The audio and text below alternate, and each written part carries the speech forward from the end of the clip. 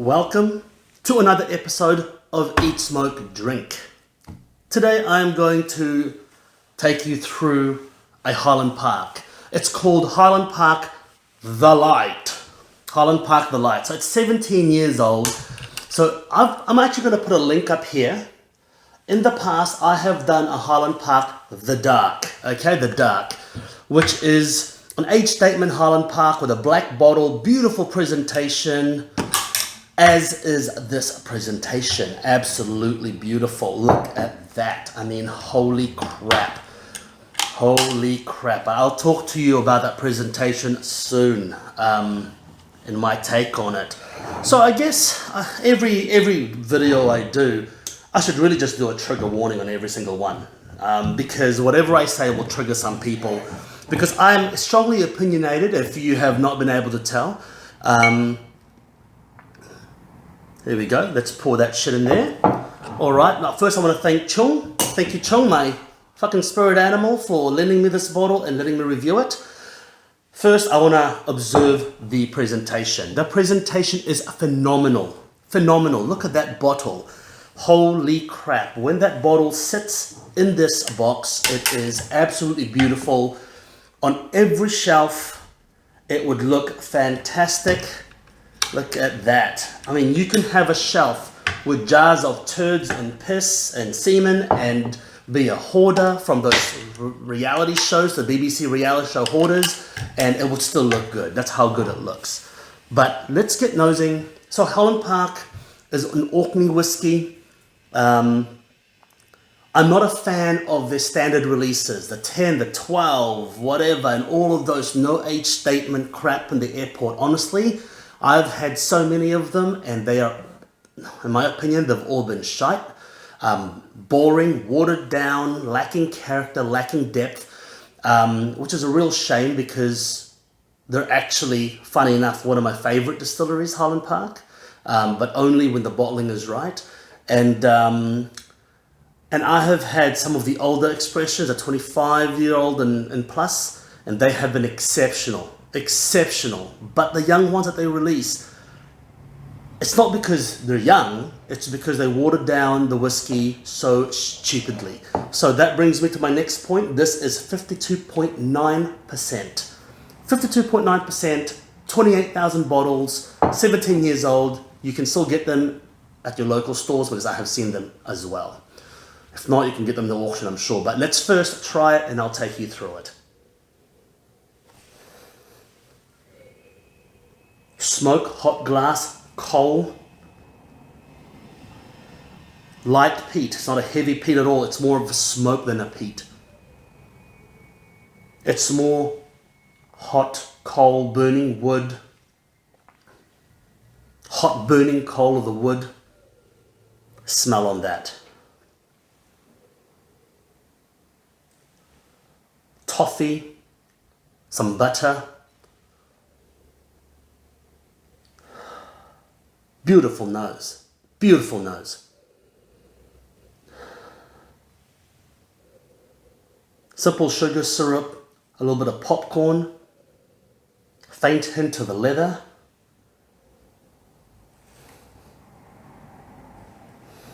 Like a used leather. You know, leather that's been on your pocket and it's been getting sweat and dampness for a long time. Or like a gimp suit, you know, like if you're into that shit, you know, that real leather that you wear for domination stuff, you know what I mean? You get sweaty when you've got a clamp on your nuts, you know what I mean? You get real sweaty, so that's kind of that smell.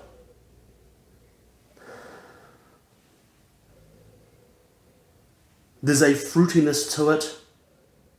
Plum jam and coconut jam. The coconut jam could be from the bourbon cask. I don't even know what cask this is. I don't care. But I'm presuming that it's a bourbon cask predominantly, because there's definitely a strong bourbon influence there. Maybe there's a hint of sherry in there, but I'm not entirely sure. But I'm almost certain, because there's a lot of coconut, condensed coconut jam in there. Beautiful nose. Beautiful and potent nose, actually.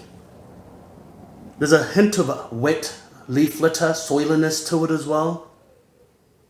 So I like the balance between earthiness and sweetness on the nose and oiliness as well. Beautiful nose. Absolutely beautiful and faultless nose.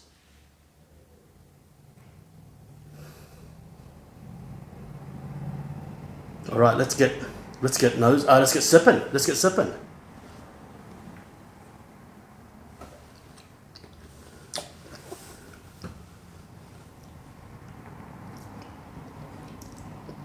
Wow.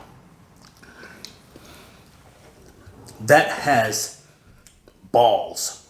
Big ballsy Arnold Schwarzenegger balls. Whoa. If you like smooth whiskey, which makes you a pussy ass bitch, that is, no, I'm just kidding. I'm just kidding. If you like smooth whiskey, that is not for you. That is not for you.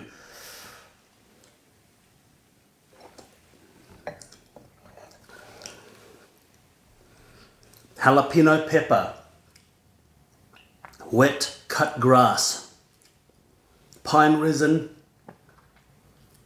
simple white sugar syrup,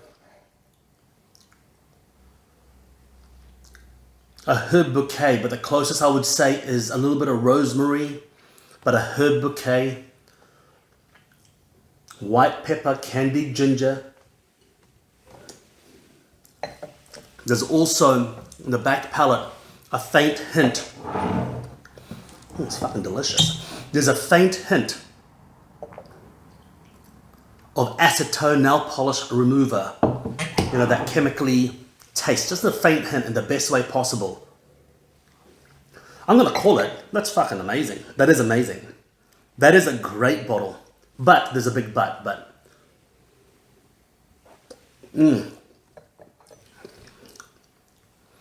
Faint hint of nectarine on the palate. Apricot, raw apricot, like unripe apricot, slightly sour and tart, but delicious nonetheless. But you force it to stew it on sugar. It's an unripe apricot, but you're like, I don't have time to wait for it to ripen. You put it in a pan, you fry some butter, you put a shitload of brown sugar in there, and maybe a pinch of coconut sugar. Fantastic. The earthiness is not in the palate, not much. More spice. It is hot. It is quite hot.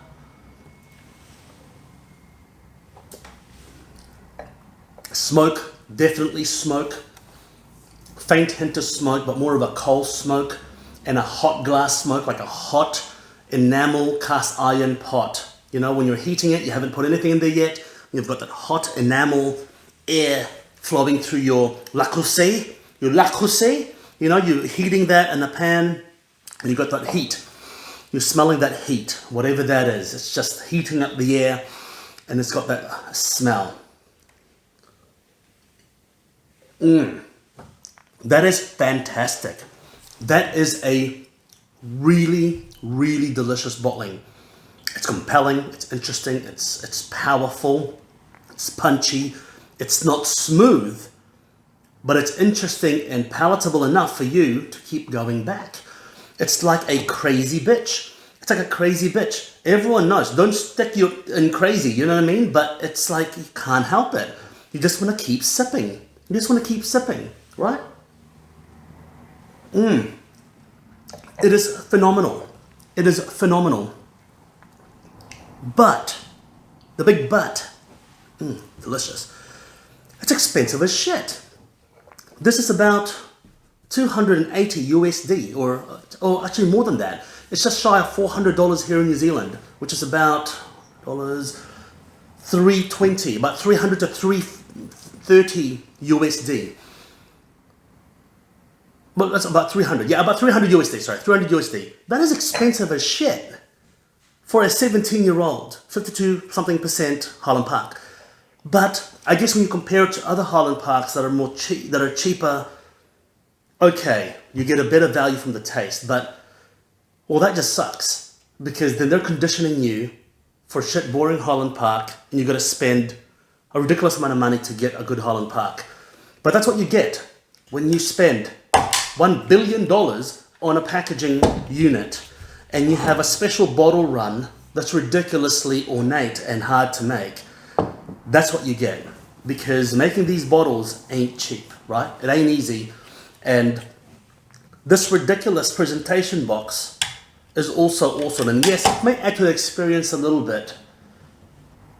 But does it? Because some of the best whiskeys we've ever had in our whiskey club is actually in a cardboard box. Just in a cardboard plain box. I mean, Adelphi. Awesome bottlings, Adelphi.